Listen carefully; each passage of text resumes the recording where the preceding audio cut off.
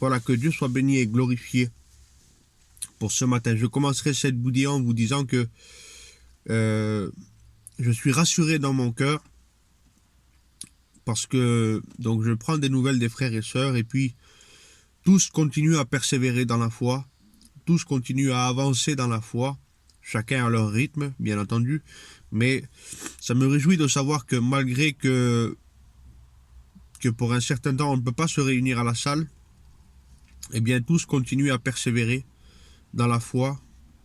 Ils passent cette épreuve patiemment dans la prière et j'aimerais que vous puissiez continuer à cet égard, que vous puissiez aller de progrès en progrès, comme disait l'apôtre Paul. Le désir de mon cœur, c'est que Dieu continue à affermir vos cœurs, à vous fortifier, à rassurer vos cœurs.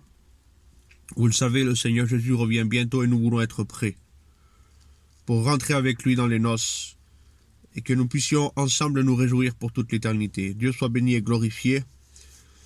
J'ai aussi appris par les frères et sœurs et par la famille que d'autres personnes qui ne connaissaient pas le Seigneur ou des personnes rétrogrades, eh bien, suite aux événements, ont commencé à avoir une certaine crainte, une certaine peur dans leur cœur et ils se sont approchés du Seigneur.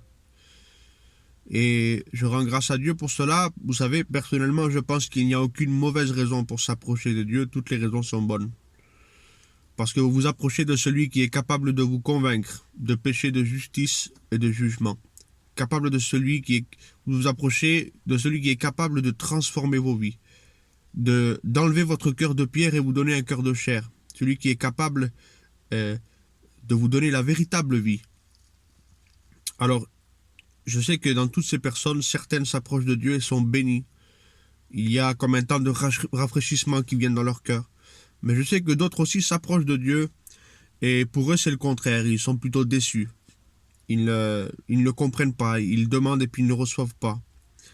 Alors, j'aimerais vous lire un texte dans Matthieu chapitre 7 et verset 7, en espérant de tout mon cœur que je vous apporterai la bonne direction pour pouvoir vous approcher davantage du Seigneur. Matthieu 7 dit comme ça: demandez et l'on vous donnera. Cherchez et vous trouverez. Frappez et l'on vous ouvrira.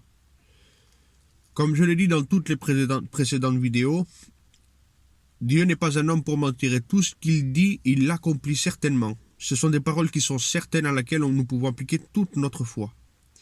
Et s'il dit demandez et l'on vous donnera, c'est que si vous demandez, il vous donne. S'il dit cherchez et vous trouverez, c'est que si vous cherchez, vous trouverez. Et s'il dit que si vous frappez à la porte, il vous ouvre, il va vous ouvrir. Donc il y a déjà l'acte de demander, de chercher et de frapper à la porte.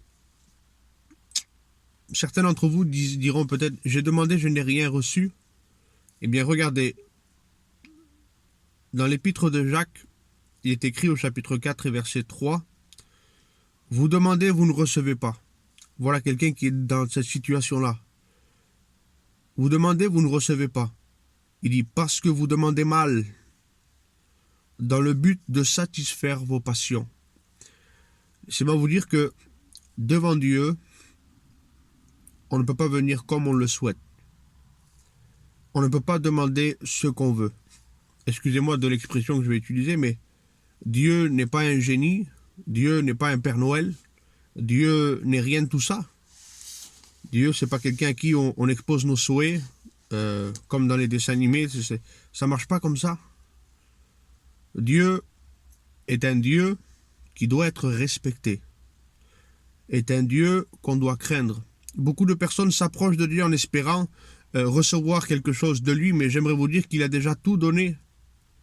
Ce n'est pas lui qui vous doit quelque chose à vous, c'est vous qui lui devez toute votre vie. Alors, imaginez que moi, je dois quelque chose à quelqu'un, c'est moi qui suis débiteur, c'est moi qui lui dois quelque chose, et que je m'approche de cette personne, la tête haute, en disant « tu me dois quelque chose ». Comprenez-le bien, c'est insensé de ma part. Si je dois quelque chose à quelqu'un, je vais m'approcher de cette personne-là, à qui je lui dois quelque chose, et je lui dois beaucoup à cette personne-là. Mais je vais m'approcher de cette personne-là avec une certaine humilité. Vous voyez, je serai assez retenu dans mon langage, je vais faire attention.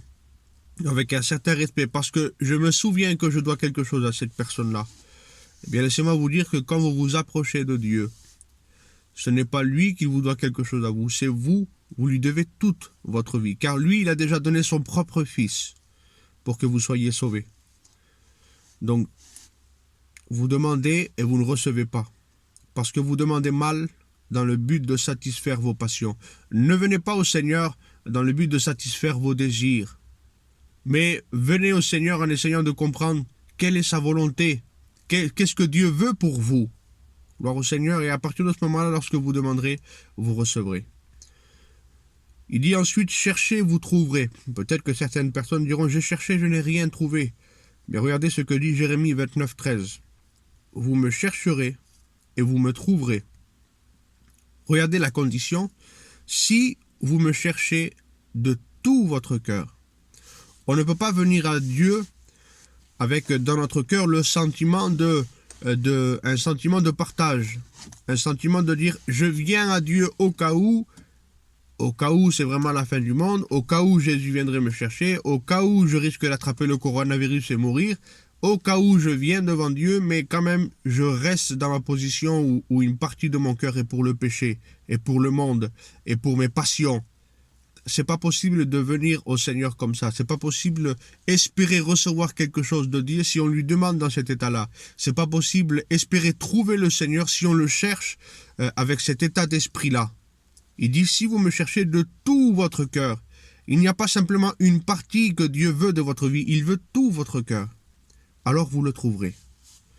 Il dit ensuite, frappez et l'on vous ouvrira. La bonne porte à laquelle il faut frapper, c'est Jésus. Jésus dit, je suis la porte. Mais seulement je voudrais vous apporter un autre parallèle par rapport à frapper et l'on vous ouvrira.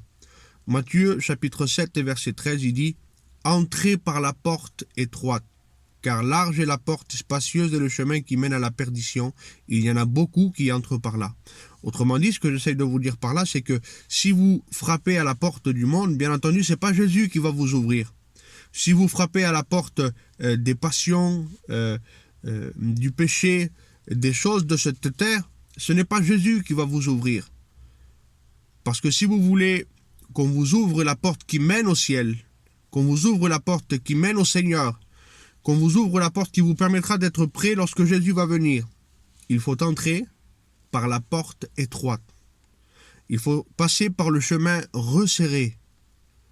Et alors, celle-ci sera la bonne porte. On vous l'ouvrira. Alors demandez, non pas en satisfaisant les désirs de vos passions, non pas en satisfaisant vos passions, mais en cherchant quelle est la volonté de Dieu.